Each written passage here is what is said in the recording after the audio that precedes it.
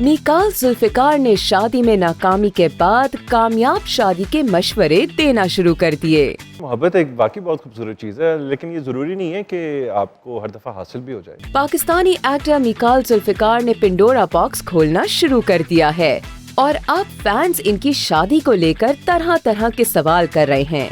मीकाल ने कहा है कि शादी का फैसला करने में जल्दबाजी नहीं करनी चाहिए और एक दूसरे को अच्छी तरह समझ लेना चाहिए। साथ ही एक्टर इमरान अशरफ के प्रोग्राम में गुफ्तगू करते हुए मीकाल जुल्फिकार का कहना था कि जिस शख्स से किसी को शादी करनी है सबसे पहले उसको अच्छी तरह से जानना और समझना चाहिए।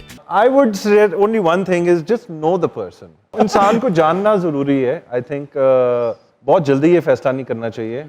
My only advice would be कि know the person and also know yourself as well. Showbiz के हवाले से गुफ्तगू करते हुए अदाकार ने कहा कि इंडियन फिल्म मेकर्स ने हमेशा पाकिस्तानी फनकारों का इस्तेसाल किया है। वाज़ेह रहे कि अदाकार ने 2007 में नसीरुद्दीन शाह के साथ अपने बॉलीवुड करियर का आगाज किया था, जबकि वो अक्षय कुमार और अनुपम खेर के साथ भी काम कर चुके हैं। मीकाल जुल्फिकार और सारा भट्टी ने 2010 में शादी की थी और उन दोनों के दरमियान 2017 में तलाक हो गई थी।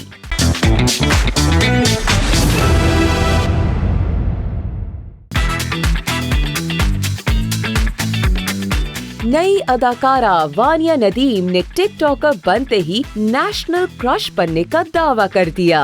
उभरती हुई पाकिस्तानी अदाकारा वानिया नदीम ने कहा है कि जब उन्होंने इंस्टाग्राम पर अकाउंट बनाया तो वो पाकिस्तान का नेशनल क्रश बन गई थी। खुद ब खुद वायरल हो गई। खुद बहुत वायरल हो गई। वो असल में आजकल वो ऐसा होता है ना कि आप जब आपको पता है पोस्ट वगैरह लगाने से तो आप क्रश मटेरियल बन जाते हैं कि नेशनल क्रश।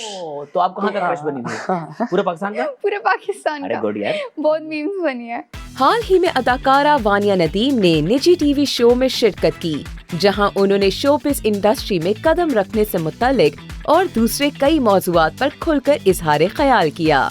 शोबिज़ की दुनिया में कदम रखने से मुतालिक बात करते हुए उन्होंने बताया कि वो टिकटॉक पहले से थी, लेकिन प्रोड्यूसर्स ने उन्हें ड्रामों और फिल्मों की ऑफर इंस्टाग्राम में पोस्ट की गई तस्वीर और वीडियोस देखकर की। वानिया का कहना था कि जब नया इंस्टाग्राम अकाउंट बनाया तो 2019 में पहली बार एक एडवर्टाइजमेंट में काम करने की ऑफर हुई थी, लेकिन वालिद ने काम करने से मना कर दिया था। बाद में वालिदा ने उन्हें राजी किया। उन्होंने मजीद कहा कि एडवर्टाइजमेंट में काम करने के बाद उन्हें कई ड्रामास और फिल्मों की ऑफर हुई। मेरा जब इंस्टाग्राम वगैरह था ना, तो उस वक्त फर्स्ट टाइम मुझे आई थी कॉल। 2019 की मैं बात बता रही हूँ। तो मुझे कमर्शियल के लिए फर्स्ट कॉल आई थी और उस वक्त मेरे बाबा अलाउ नहीं कर रहे थे।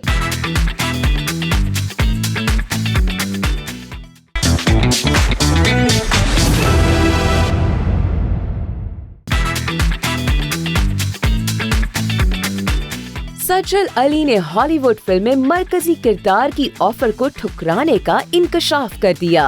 अदाकारा सज्जल अली ने इंकशाफ किया है कि उन्हें हॉलीवुड से फिल्म में मरकजी किरदार की ऑफर की गई, लेकिन वो इस ऑफर को कबूल ना कर सकीं। एक इंटरव्यू में उन्होंने बताया कि हॉलीवुड के एक बड़े प्रोजेक्ट के लिए उनसे राब्ता किया गया था।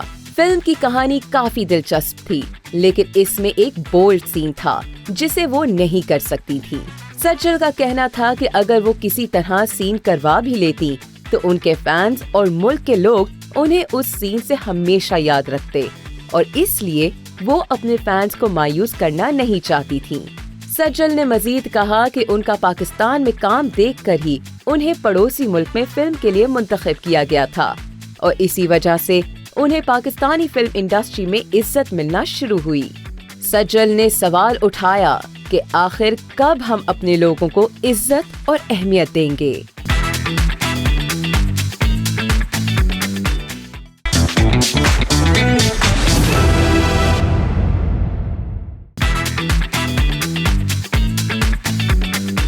नीलम मुनीर ने टूटे टखने के बावजूद रैंप पर वॉक कर ली। जी हां, पाकिस्तान की मशहूर अदाकारा नीलम मुनीर ने बताया है कि वाकई में उनके टखने टूट चुके थे, लेकिन उन्होंने ब्राइडल कट्योर वीक 2023 के रैंप पर वॉक किया। लाहौर में जारी ब्राइडल कट्योर वीक 2023 में नीलम मुनीर, महविश हयात, तूबा अनवर, किंजा हाशमी, जवेरिया सऊद समेत दीगर फनकारों ने मशहूर डिजाइनर्स के लिए रैंप पर वॉक की। ब्राइडल कट्योर वीक में वॉक के बाद नीलम मुनीर ने अपने ऑफिशियल इंस्टाग्राम अकाउंट पर अपनी सेल्फी पोस्ट की। सेल्फी में वो उसी अरूसी लिबास में मलबूस हैं जिसमें उन्होंने वॉक की थी। नीलम मुनीर ने अपनी पोस्ट में बताया कि ब्राइडल कट्योर वीक के फाइनल वॉक से पहले उनके टखने में फ्रैक्चर हुआ था, लेकिन इसके बावजूद उन्होंने जख्मी टखने के साथ वॉक किया। अदाकारा ने कहा कि वो ये पोस्ट सिर्फ इसलिए कर रही हैं ताकि हर कोई एक दूसरे के काम और मेहनत के लिए उसकी हौसला अफजाई करे।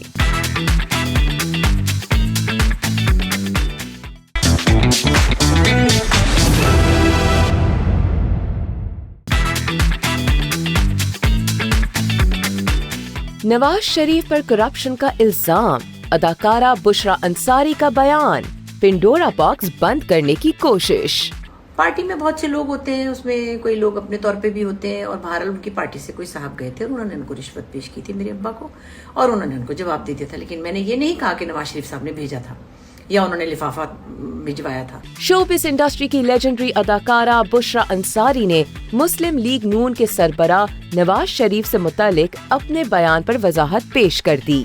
बुशरा अंसारी ने अपने ऑफिशियल इंस्टाग्राम अकाउंट पर एक वीडियो बयान जारी किया, जिसमें उन्होंने कहा कि हाल ही में कराची आर्ट्स काउंसिल में एक सेशन के लिए मुझे मदऊ किया गया था, जहां मेरे मरहूम वालिद अहमद बशीर के बारे में गुफ्तगू हुई थी। मेरे वालिद एक बेबाक जर्नलिस्ट थे और सेशन के दौरान उनकी जिंदगी के पहलुओं का जिक्र हुआ था। अदाकारा ने कहा कि इसी गुफ्तगू के दौरान मैंने अपने वालिद की जिंदगी का एक वाकया सुनाया था, जिसमें नवाज शरीफ की पार्टी का एक रहनुमा मेरे वालिद को रिश्वत देने आया था। मेरे वालिद ने रिश्वत लेने से इनकार किया था, लेकिन ये भी हकीकत है कि इस रहनुमा को नवाज शरीफ ने नहीं भेजा था, क्योंकि हर पार्टी में ऐसे लोग होते हैं जो अपने लीडर के कहने पर नहीं बल्कि खुद अपने मफाद के लिए ऐसे काम करते हैं। उन्होंने कहा कि मेरे बयान को गलत रंग देकर सोशल मीडिया पर वायरल किया जा रहा है कि नवाज शरीफ ने मेरे वालिद को रिश्वत दी थी। ऐसा कुछ नहीं है। मैं नवाज शरीफ की बहुत इज्जत करती हूँ। मेरा ताल्लुक किसी भी सियासी पार्टी से नहीं है, इसलिए मेरे खिलाफ झूठी खबरें ना फैलाएं। उन्होंने मजीद कहा कि बराए मेहरबानी मुझे किसी भी सियासी पार्टी के साथ जोड़ना मत और मेरे बयान को गलत रंग देकर ना फैलाएं। गलतियां सबसे होती हैं और हुई हैं, तो ये कॉम्प्रोमाइजेस जो हुकूमतों के साथ या लीडरों ने किए, सियासी लीडरों ने, उससे हमें नुकसान हुआ है और ये एक हकीकत है। मैं इससे बिल्कुल नहीं डिनाई करूंगी। अब मुझे लोग कह रहे हैं आपको तो डरा दिया होगा, आपको लोग पता नहीं उठा के ले जाएंगे। भाई क्यों ले जाएंगे? मैं इस मुल्क में रहती हूँ, लोग मुझसे प्यार करते हैं। मैं इसीलिए पॉलिटिक्स में नहीं आई क्योंकि मैं अपना ओपिनियन अपने पास रखती हूँ। सो प्लीज इस बात को ज्यादा मत उछालें, बात का बतंगड़ न बनाएं। और मैं एज पोलिटिकल लीडर्स सबकी एक अपनी जगह है और उनकी मैं इज्जत करती हूँ। सो मेरी रिक्वेस्ट है आपसे कि इस बात को ज्यादा उछालें नहीं। टीवी की मशहूर अदाकारा यमुना जैदी की फिल्म नायाब का ट्रेलर जारी हुआ है। फिल्म में अदाकारा यमुना जैदी खवातीन की कौमी टीम में जगह बनाने के लिए खानदानी और समाजी मसाइल के साथ साथ कई मुश्किलात से गुजरती हैं। फिल्म में यमुना जैदी के अलावा जावेद शेख, अदनान सिद्दीकी, उसामा खान और मोहम्मद फवाद खान समेत फरियाल महमूद भी दिखाई देंगे। जावेद शेख बतौर नायाब के वाले दिखाई देंगे, जबकि भाई का किरदार मोहम्मद फवाद खान ने अदा किया है। फिल्म में घरेलू झगड़े, क्रिकेट एकेडमी में खिलाड़ियों की सिलेक्शन में होने वाली सियासत जैसे मसाइल को भी दिखाया गया है। इसके अलावा गोलियां चलते नायाब की साथी खिलाड़ियों से लड़ाई के मनाजिर भी दिखाए गए, जिससे जाहिर होता है कि नायाब नेशनल टीम में सिलेक्शन के दौरान नाकाबिले यकीन मुश्किलात का शिकार होती है। फिल्म की ज्यादा शूटिंग कराची में की गई है, ताहम इसके मुतादिद मनाजिर लाहौर समेत दीगर शहरों में भी फिल्माए गए हैं।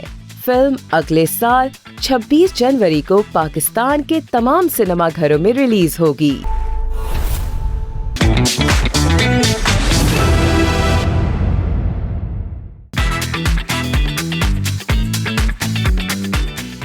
टीना सानी पाकिस्तानी गुलकारा जो अपने क्लासिक और नीम क्लासिक उर्दू गजलों के लिए एक लेजेंड की हैसियत रखती हैं। टीना सानी ने फैज अहमद फैज को इस तरह गाया कि फैज का कलाम उनकी गायकी की पहचान बन गया। इन लासवाल गजलों में बोल के लब आजाद है तेरे ने इतनी मकबूलियत हासिल की कि आज भी उसे सुना जाता है। इसके साथ साथ बहार आई ने तो मकबूलियत के सारे रिकॉर्ड ही तोड़ डाले। टीना ने फैज के कलाम को ऐसा गाया कि सुनने वाले अश अश कर उठे। इन दोनों नज़्मों को बासलाहियत मौसीकार और अदाकार अरशद महमूद ने कंपोज किया था। टीना सानी ने 1980 में बतौर गुलकारा पेशा दुनिया में कदम रखा जब प्रोड्यूसर अशरफ अंसारी ने आलमगीर के ज़ेर एहतमाम तरंग के नाम से एक प्रोग्राम में टीवी में टीना सानी को मुतारिफ करवाया। टीना सानी मशरकी पाकिस्तान में ढाका में पैदा हुई थी।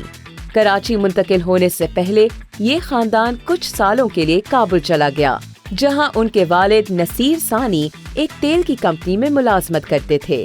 कराची अमेरिकन स्कूल से तालीम से फारिग होने के बाद वो तिजारती आर्ट की तालीम हासिल करने के लिए चली गयी। टीना सानी को क्लासिकल म्यूजिक की तालीम दिल्ली घराने के उस्ताद निजामुद्दीन खान, वल्द उस्ताद रमीजन खान और उस्ताद चांद अमरोही ने दी थी। टीना ने गजल के उस्ताद मेहदी हसन से खासी तालीम भी हासिल की। टीना सानी को 2004 में प्राइड ऑफ परफॉर्मेंस से नवाजा गया।